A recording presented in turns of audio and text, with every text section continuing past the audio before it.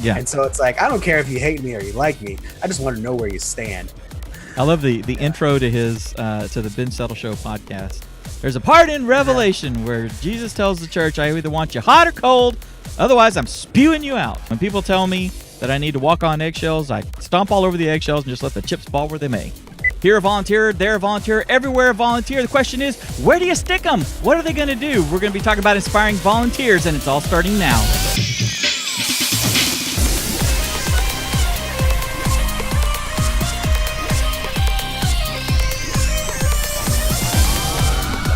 Hey guys, welcome to episode 55.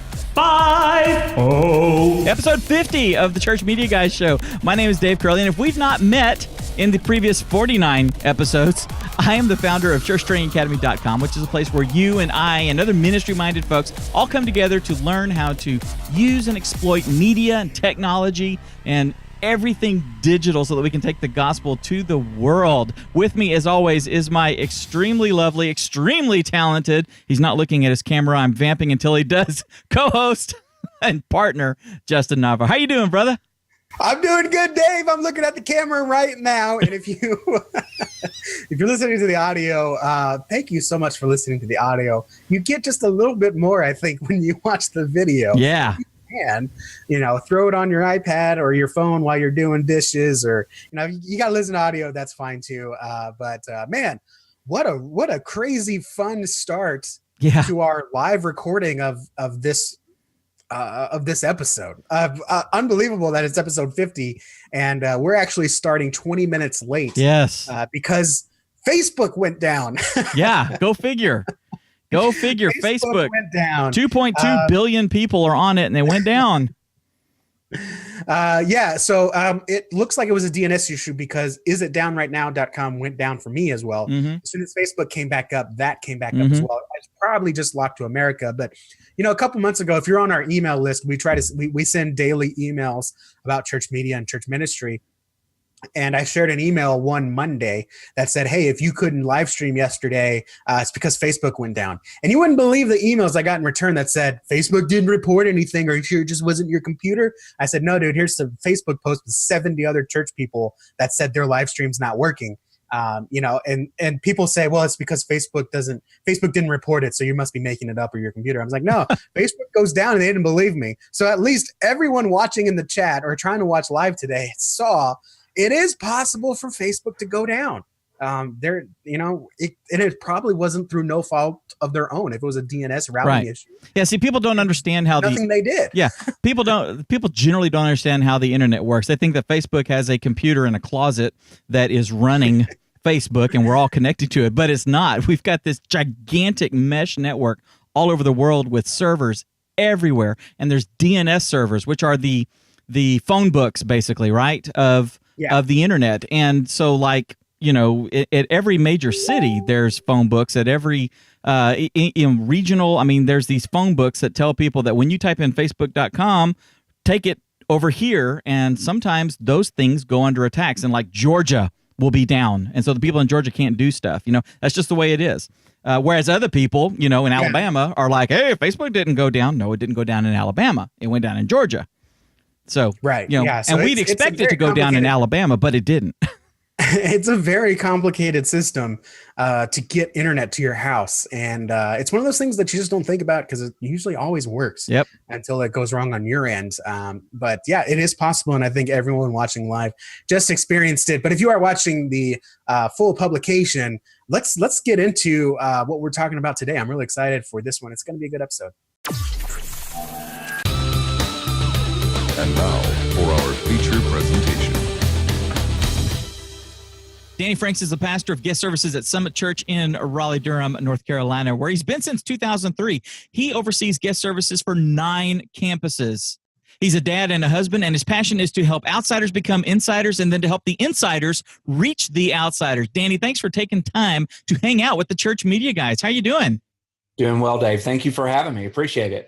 Absolutely. We are thrilled to talk volunteers with you today. That seems to be a constant thread that runs through our both our CTA Insiders group, which is the members of our website, as well as our church media hackers group. People are always asking about how to inspire volunteers, how to wrangle volunteers, how to bring volunteers, under their bit as you need to sometimes when they're off doing their own thing.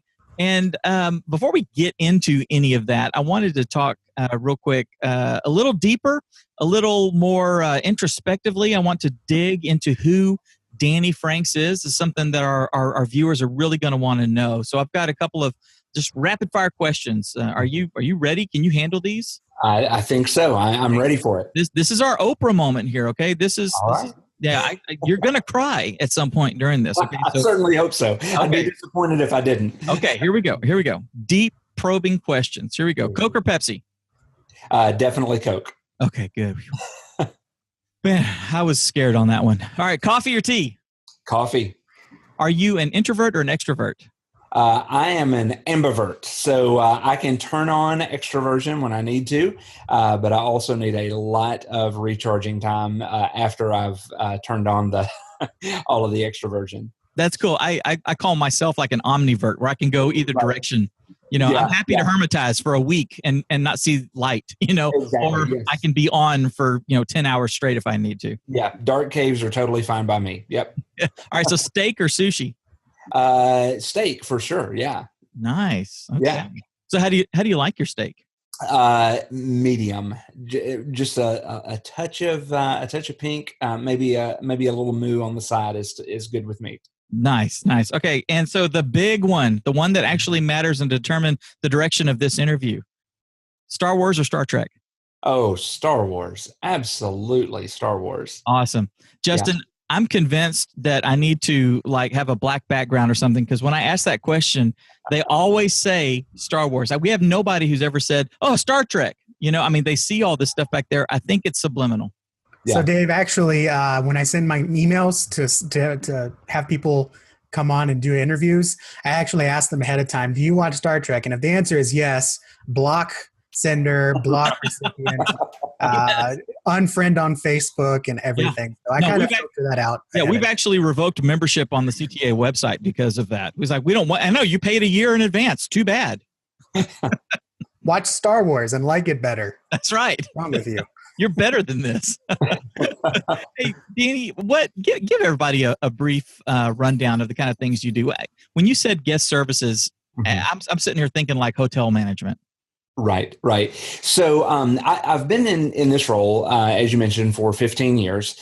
And in this role, I basically oversee anything on the weekend that is not happening on stage and is not related to an age-graded ministry. So anything from the street to the seat, the parking lot to the pew, however you want to say that, our team oversees parking, seating, setup, our first-time guest process, anything with just pure logistics of the weekend service. Again, that's off stage. We handle that. And so at all of our campuses, we have varying numbers of volunteers that execute those ministries at every campus. And so that's my role is more of a central role to help execute a lot of those plans, oversee quality control, DNA spread from campus to campus, just making sure that when you are at one of our campuses, you feel like you are a part of the Summit Church, that there is not a huge disparity from one location to the other as far as the way that we help our guests move from point A to point B. Very cool. So part of your job then is to recruit people to come under your umbrella of services. Is that right? Exactly. Yeah, we work a lot with potential volunteers, regardless of whether they are coming into our ministry or into one of our production teams or into our kids teams or whatever. A large part of what we do is just intercepting new people as they're coming in. And so we want to capitalize on the excitement of new people. A lot of times they're coming in looking for relationships, looking for opportunities to serve. And so part of our team's role is to help connect them to specific areas in the church, specifically on the weekend where they have some on-ramps to serve. And so, again, sometimes we recruit them to our team. Sometimes it's helping them find a spot on another team, but that's a large part of what we do. So that's pretty cool. So I'm going to say one more thing here, Dave. So about how many you oversee 9 campuses? Mm-hmm. About how many volunteers do you shepherd into their volunteer roles? Yeah, great question. So the goal is, obviously, we want to see 100% of the people who show up sign up and have an opportunity to serve somewhere. We know that there are some people that are just here checking us out for the first time, but we really want to be able to see a large percentage of our weekend attendance serving in some sort of capacity, whether that is inside the walls or outside the walls. It doesn't really matter to us. We just want them to be able to discover the areas that they are wired for, and to use those giftings in order to serve either the larger congregation here or to serve the city that's around us. And so because we know that every single person has a specific skill set, a specific way that God has wired them, we're really interested in helping them to uncover that and to utilize that in a way to serve other people. So I guess the short answer to that would be we want everybody to find their place to serve and to get plugged in, again, either here at the church or out in the community. So are you guys, how are you uncovering these? At our church, one of the first things that we do, if you're interested in our church, if you're a visitor at our church, even if you have no interest in our church, we offer a spiritual gifts workshop, and that's kind of the front door to come in to our church to help you understand where you're gifted and where those gifts can be used in our church. So are you guys doing something similar to that? Are you putting them through a spiritual gifts test, or is it like, hey, I'm real good at directing people where to park. I do it at the high school. And so they're like, okay, great. You're going to be working the parking lot ministry next. How do you handle all that? Yeah. I have taken more people than I can count through spiritual gift surveys and tests and all of those different things. And we have used those in the past at our church, but now it is more helping people understand what the opportunities are and just giving them enough on-ramps and enough information with those on-ramps that they kind of know where their areas are. We want to give people a pretty clear menu of what is available. So I mentioned earlier, our 2 big categories are going to be inside the walls and outside the walls. For us, inside the walls is going to be our weekend services. There are basically 6 areas where they can serve. One is going to be on our guest services team. Another one's going to be in our kids ministry. Another in our student ministry. We have a prayer team that meets during all of our services. We have a production team that does a lot of our media tech things, and then we have a worship team. And so giving them those 6 options, a lot of times people can kind of sometimes they assume wrongly, but they can assume what some of those things are. But we want to be able to help them to see this is the menu, if you're looking inside the walls, of some very easy on-ramps for you to be able to jump in and serve. There are dozens, maybe hundreds of opportunities for people to get plugged in various areas. I mean, at a church our size, there's always going to be more opportunities than you can count. But we really want to be able to limit that menu when people are coming in early, because we don't want to overwhelm them with options. We want to give them just some very easy steps in order to get plugged in. Yeah, that makes a lot of sense. With what's called analysis paralysis. Yes. Like, hey, we want you to get involved. We got this. And don't forget about this. And it's like, right. Yeah. Whoa. So do you limit it to like the main ministries of your church, which I would assume is like guest services, maybe kids and music ministry, or do you find out what their strengths are and then find 3 ministries based off of those strengths or interests? Yeah, a lot of that is going to depend on the way that the campus has set it up. So at all of our campuses, we do a monthly event called Starting Point, which is just simply there to help people figure out exactly what their next steps are. Coming out of Starting Point, we really have 3 things that we want to introduce people to. Number one is going to be salvation. Obviously, we want to make sure that we are very, very clear on introducing people to a relationship to Jesus is the most important thing that we can do. If we tell you all the things that we offer as a church, but we don't introduce you to Jesus, then we've ultimately failed you. So from the very beginning, we want to be clear about that. But then after that, we want to introduce them as well to small groups and an opportunity to serve. And so out of that comes those 2 kind of big, broad umbrellas, inside the walls, outside the walls. And then if it's inside, it's those 6 things that I mentioned. Outside the walls, we've partnered with dozens of community ministries that we can help funnel them to. But yeah, a lot of that just really comes down to Justin. It comes down to just simple conversations, figuring out what their heartbeat is, what their passion is. There are people who, to take kids ministry, for example, who say, well, I don't really like working with kids. You can be in kids ministry and never have to work with kids. You can, help put together curriculum or help develop resources or whatever it is. And so we want to make sure that we are understanding the person before we try to give them a position. And we just want it to be helpful to them. It's not about us filling in all of our different, empty spots on the org chart. It's really about understanding specifically how God has wired them, and then knowing enough about the ministry opportunities around here to make some suggestions on some next steps that they might want to take. So, do you guys have? I don't know how to phrase this question. Like overlap, I guess, where you've got 5 people that are trained in this area.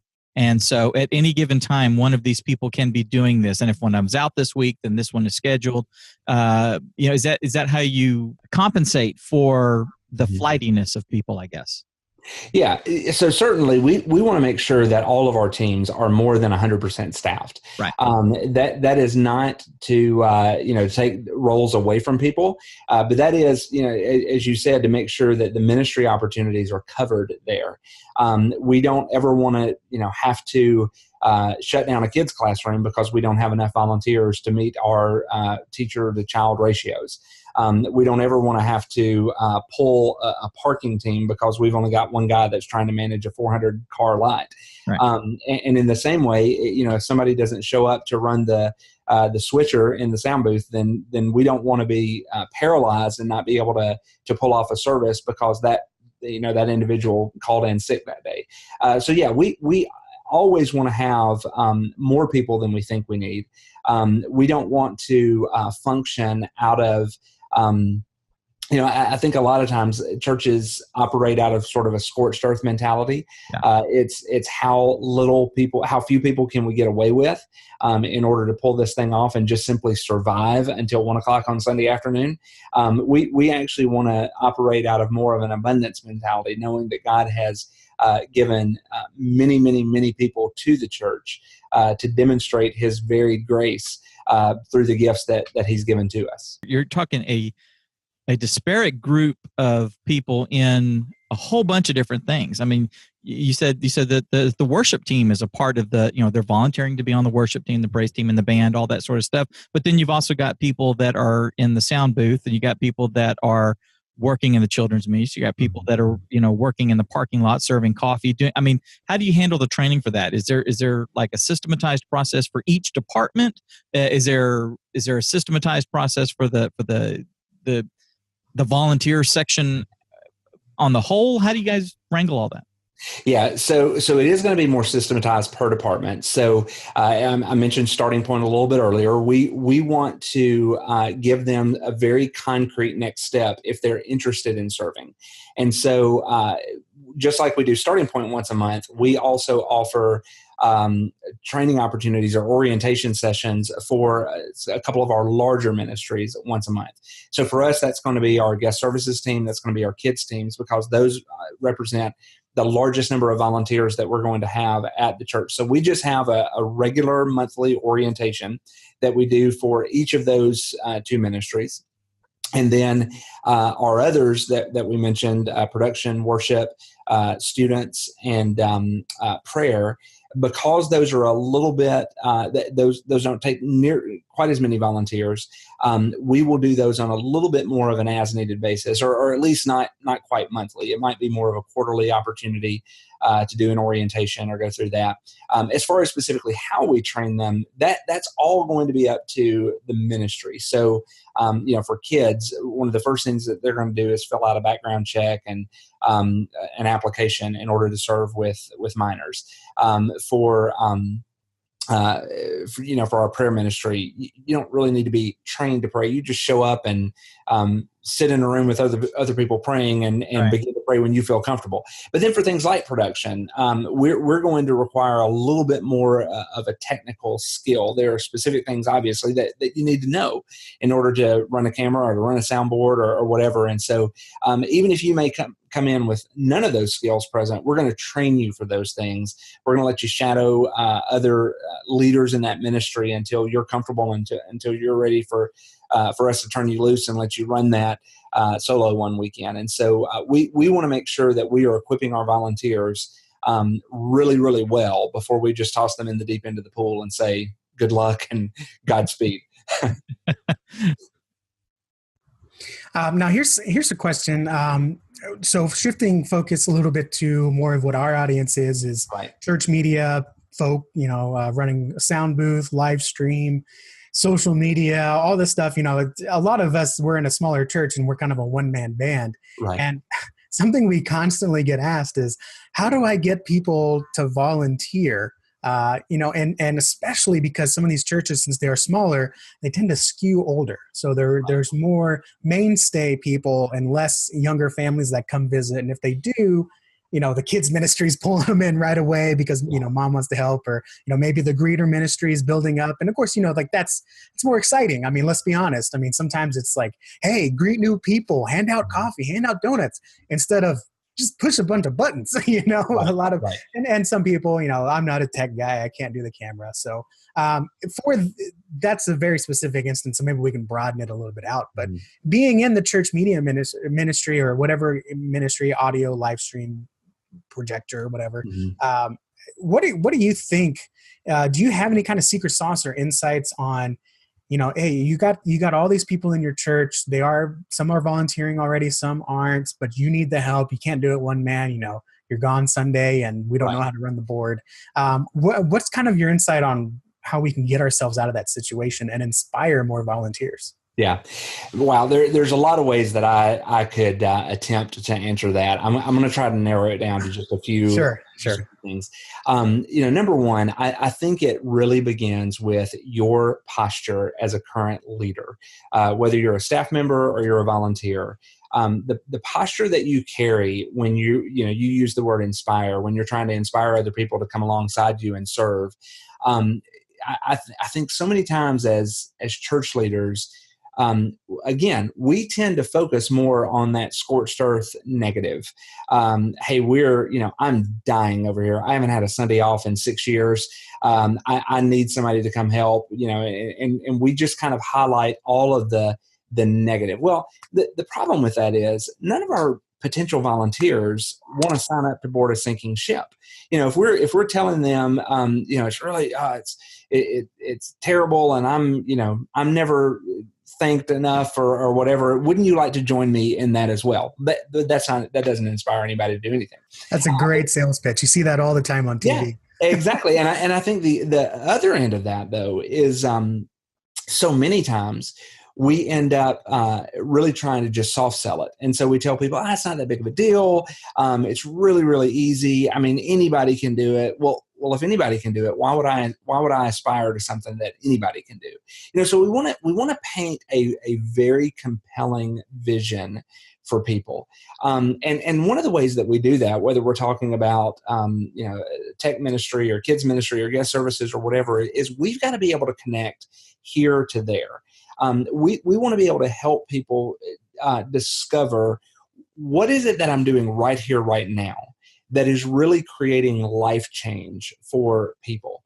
And so, part of the way that we do that with our current volunteers is anytime that we're having a baptism celebration service. I love being able to take one of my volunteers and to be able to help connect the dots to how they had a role in seeing that person come to faith. They may not have ever had a conversation with that person, but they were the ones that were in the sound booth that day, switching dials and pressing buttons and all of that to make the sound and the lights and the cameras and all of those things come alive, so that first time guest could walk in and clearly be able to hear the gospel presented, so that they could come to faith and now demonstrate that faith publicly by their baptism. And so being able to help connect people to what they're doing right now, which may seem a little bit inconsequential, something that's really not all that big of a deal, but it has a huge impact on the way that people are able to engage with our services, engage with one another. So I think that's one way to do it. Just the way that we posture ourselves can help really inspire that vision in people. Another way is helping them not only understand what they are doing, but help them to see why it is that they're doing it.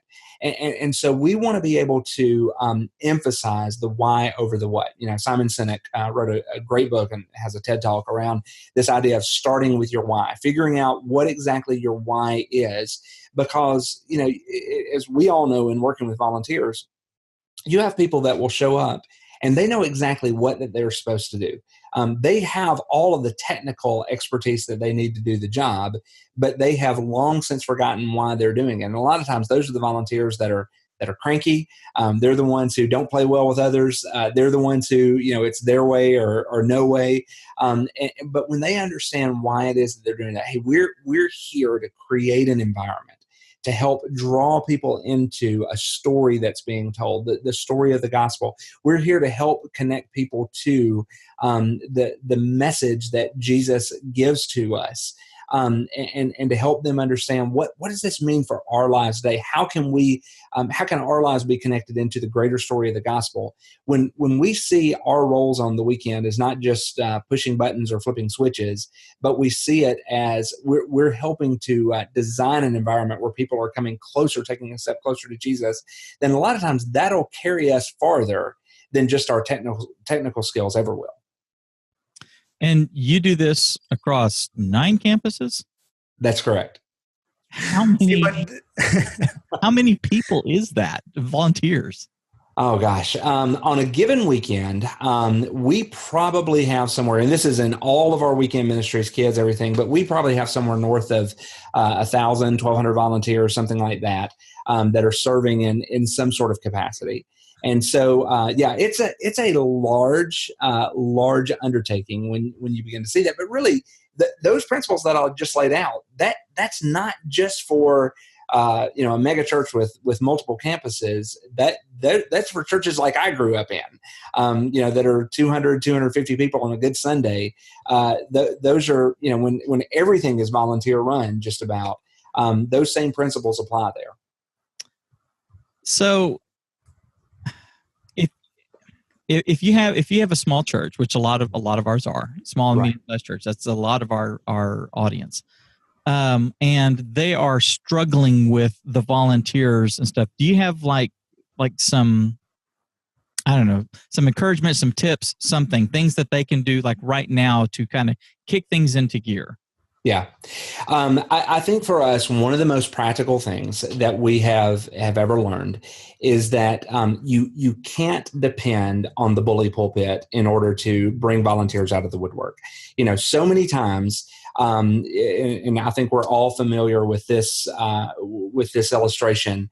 The people who can get to the pastor with their Post-it note or their torn off section of the bulletin before he gets into the pulpit are the ones that are going to get their thing announced that morning. And so, after 25 years of ministry, what I know is that so many leaders of volunteer teams depend on the pastor to make an impassioned plea from the pulpit in order to get the volunteers to all of a sudden stand up in the pew, raise their hand and say, I volunteer as tribute. I want to be there in order to serve, kids or serve in production or serve wherever. Well, what I've learned is stage announcements, they create a lot of awareness. They very rarely create any action. Right. People will hear an impassioned plea for people to volunteer, and they will either respond out of guilt, which is usually a very short-lived response. They'll do it for a couple of weeks until the guilt wears off, and then they'll walk away. Or they will listen to that announcement and think, this is a great idea for that guy over there. But it's never the thing that, is speaking directly to them. So again, stage announcements, they create a lot of awareness. They don't create action. Where we see action begin to happen is when somebody who is currently serving in a role takes it on themselves to invite other people into the environment that they're creating on the weekend by volunteering. Tim Stevens and Tony Morgan use the term shoulder tapping. We want to be able to train our people. Yeah, it's our role as leaders to make people aware of the opportunities to serve, but it is also the volunteers' responsibility to do shoulder tapping with the relationships that they have, because let's face it, there are people that are going to be in your circle of influence that are not in my circle of influence. They'll say yes to you when you're talking to them one-on-one, and they can effectively ignore me as the communicator from stage and say, well, he's talking to somebody else, because it's one person talking to 200, 500, 1,000, whatever it is. So we want to put that burden of inviting people, inspiring people to serve. We want to put that burden back on the shoulders of the volunteers that are currently serving, and remind them again and again that this is a joint effort. We're all coming together in order to help people see opportunities that are out there. So there's two things that I'm kind of hearing, two little secret sauces here. Number one, stop being so desperate. No one wants to go out with a guy that's like, will you please go out with me, please? Yes. I know a good place. It's a lot of fun. Right. But not fun by myself. Please help. But then also we call it in marketing, we call it a position, right? It's not, hey, come be a button monkey for me. It's right. Hey, come let's change lives together. Like I'm doing it and it's awesome. I'd like you to do it too. And I think some of that too is going to come from, and I'm still working this out on my own personal journey, but trusting the system more than the outcome. Meaning, I'm going to lean on trying to find volunteers instead of a system in place of finding volunteers. So I'm just going to go out there and just ask and ask and ask and ask, instead of create a system that says, hey guys, every 3 months, we're going to have an introductory to the sound booth. And, we can't see the pastor without lights. We can't hear him without audio. We can't live stream and get the word out without someone running the camera. Every 3 months, we're going to have this orientation, and it's maybe a retraining for our people too. And then every other month, I'm going to ask our volunteers, hey, think of one person that you think could be a good fit, or that you just want to hang out with you. Like, you can tell them the buttons to press, but this way you're not jumping back and forth between light board and audio board. And, maybe it's just a friend that, our live stream guy's wife runs the projector. She's not a tech person, but she knows how to click on some slides, and she's fun. She's good at it. And so instead of like, I need volunteers, it's maybe I need a system. And through that system, we rely on that, and then the outcome will come. Does that tracking with kind of what you've experienced in your thousands of volunteers? Yeah, absolutely. I think part of that beauty of a system is it gives us specific mile markers along the way to help people figure out kind of where they are then. So to use your example of doing an orientation every couple of months or whatever, when we have those things calendared. And we don't just wait to have enough volunteers, to do an orientation or whatever. A lot of times when we have those things already on the calendar and already scheduled, it keeps a continual reminder in front of us. Hey, we need to always be inviting other people to come alongside so that we're ready for this. So I think that system's important. I think checking in with people. So many times, if we get someone's yes, we throw them in a spot, give them whatever training that we have to give them just so they'll know what to do for that day. And then we just kind of walk away and say, hopefully you know what you're doing now. And we never check in with them again. And we just assume everything's fine. I think giving people some very, very manageable steps hey, I'd love for you to come and just shadow me one Sunday. So just sit in the booth with me. You don't have to do a thing. Just watch what I do. And then let me take you to lunch afterwards, and let's kind of talk through some of those things or whatever. Just a quick check-in, just to say, are you interested in coming back again next weekend? Would you like to get some more training? Is there a particular area? If you have multiple stations, is there a particular spot that you think you would you'd like to try or get some cross training on or whatever? But again, a lot of that just goes back to just those constant, continual conversations, relationships that we're building with people along the way. Not just trying to get people to fill a spot, but to really help develop them as leaders as we go along. That makes total sense. I think that's going to give some really good action steps to our audience and to the people that are just like, man, I need some help. Dave, you got any other questions for Danny? I really don't. I've just been kind of drinking all this in because I'm sitting here thinking, right now at our church, the media team is like loosely configured. We have people that each position has a couple of people that are able to handle it. And then when it comes to something like lighting, we can all kind of just get over there and push go on the next program.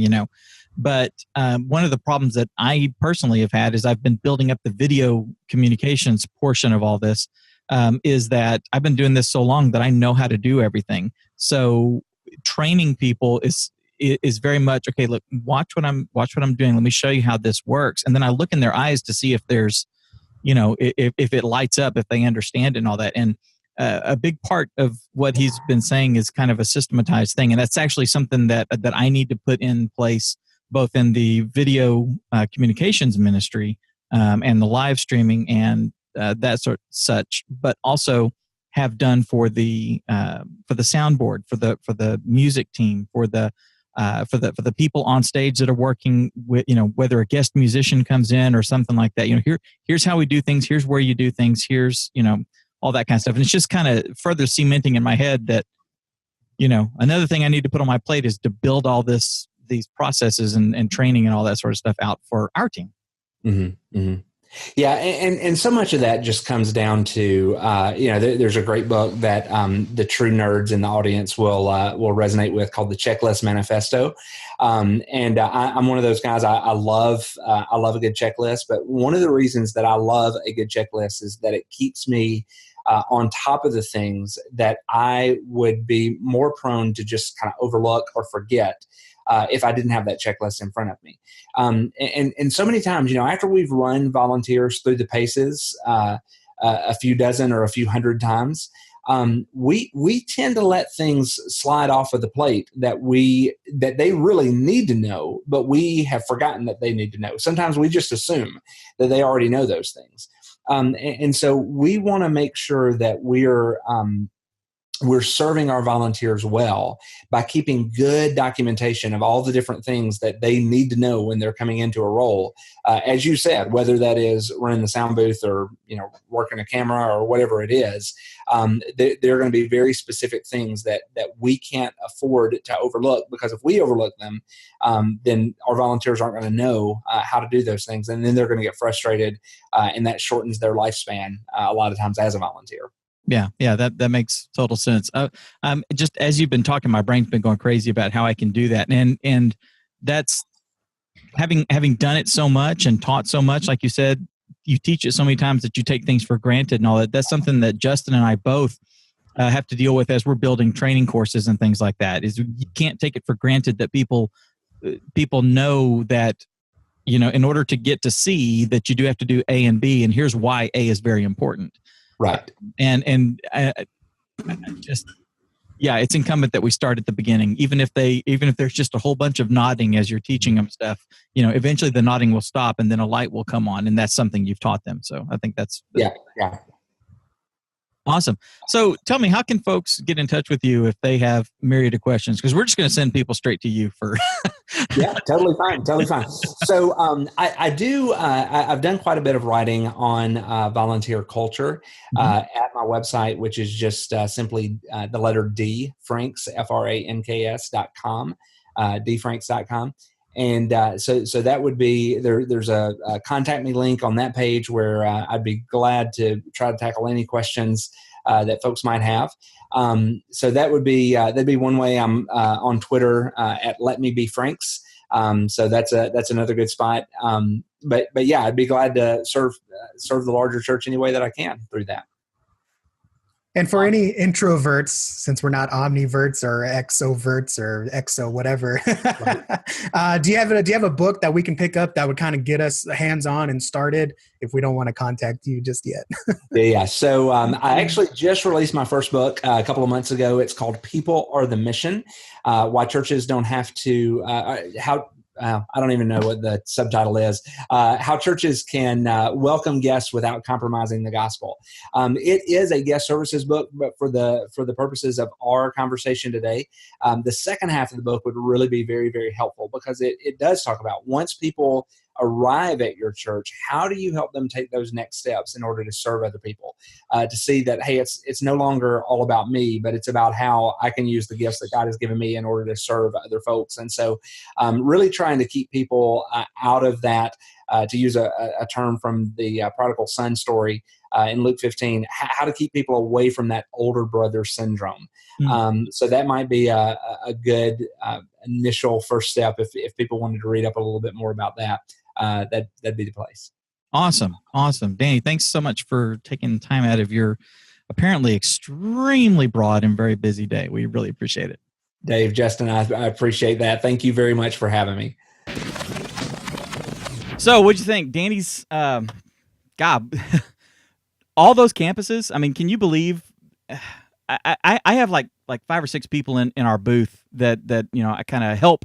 I don't even do the wrangling. I've got somebody that does the wrangling for me, and he's doing this like across campus and stuff. It blows my mind, and it's all seems to be working. Well, it's like we talked about. It's about the systemizing. Yeah, it's about the systemization. So eventually, once you have something down pat, you don't have to trust the end goal. You just trust the system. So kind of like I was trying to explain my daughter's morning routine, and I never think about I got to get her to school by 7:30. I got to get her by school. What am I going to do? Every morning is going to be, no, every morning is the same. She wakes up at 6, she goes potty, she gets dressed while I heat up her waffles or whatever. She eats, and then she watches TV while I get dressed, and then I take her to school, and we leave the house by 7. Mm-hmm. That's our system every morning. And you know what? I don't ever have to think about her being to school on time, because if I follow the system, she gets to school on time. So right. I think that's what we're talking about. You need to have a system of, what your volunteers are going to go through. And then you're no longer concerned with, I got to get more people in volunteers. I got to get more people. If you just have a system that you move people through, mm-hmm.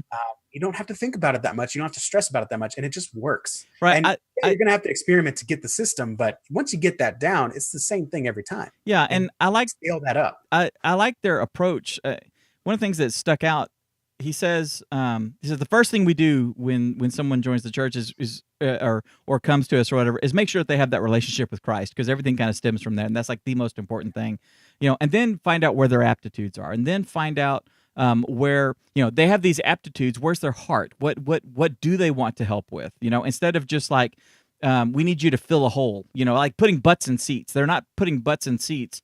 They're identifying these areas of service and then identifying the people that are best gifted and more importantly have the heart to serve in that capacity and stuff. And I think that's huge.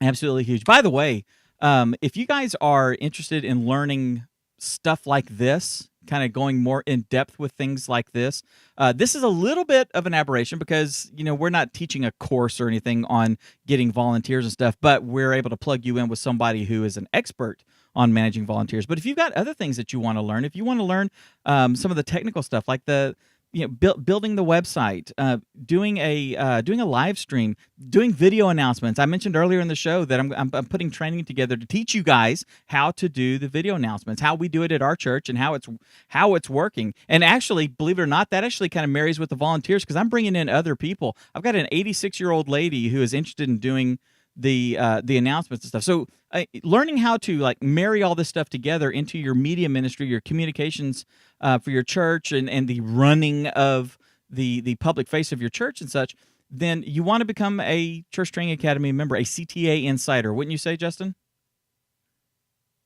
Absolutely. You're going to get kind of that community of people on the same journey. And we do have a community we're building up in Church Media Hacks. Yeah. This one is more focused on going a little bit more personal, more project tracking, I think, because we all know each other and we know the projects we're working on, partly because of the group coaching we meet every 2 weeks. Right. But it really becomes, following along. Okay, you got the IP cameras, so you're having this network issue. Okay, Jordan knows networking. He's an insider. Y'all can connect with each other. And since you're both insiders, you've kind of technically been vetted. You're okay working with another stranger. And following along, and we know that Tommy's redoing his website, so we can follow along with that and slowly make changes on that. So you're not just on your own. You're not just buying a course and then you're just like, it's 45 minutes of how to, and then you're just kind of like, okay, now what do I do? How do I even know if I did it right? You know how to paint a wall. That's not that hard. You get the roller, you do this, you try to make it, but then you need someone to come and say, that needs a second coat over there, or you didn't trim the wall just right. And that's what got to do the corners. Got to do the corners. That's right. So that's kind of the extra boost that CTA Insiders. That's what you get. You get that tracking. You get that hands-on assistance because we're just even that much more closer and even that much more not alone. Yeah. If I may say so myself. And what's cool is you get to share your knowledge. So when someone has had that problem, that you solved this problem last year because that's where you guys were, and now they're coming across the same problem, then you can immediately cut to the chase and say, yeah, don't spend the next 3 weeks experimenting on stuff. Let me show you exactly what to get. Here is the hardware. Here is the software. Here's the technique that we did. That is huge. And sometimes that comes from me and Justin, but I think the real value is when, like you said, like Jordan says, Tommy, here's how you solve the problem. These are two people that would not have known each other anywhere else in the world, maybe come across each other peripherally in another group or something, but because they're CTA insiders, they're developing a friendship, and now you're able to start building your little team.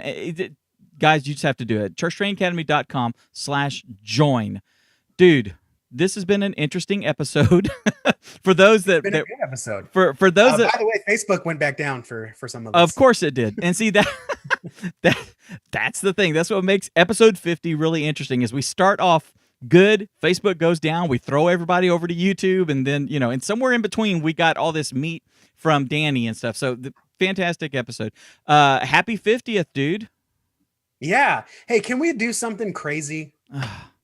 Should all acquaintance be forgot? No. Okay. What? Christopher Hall. Yes. Is a name that comes up a lot. All the time. I see him everywhere. He's one of our rabid followers. He's not foaming at the mouth. He is for that information, but also to help, because Chris just said, he commented on YouTube. He said, once my budget allows for it, then I will sign up for CTA. I want to be able to help others with my tech knowledge. It's 50 episodes, Dave. I think we should give away a CTA Insider membership. And I think Christopher Hall has proven that he likes what we're doing. He wants to help others.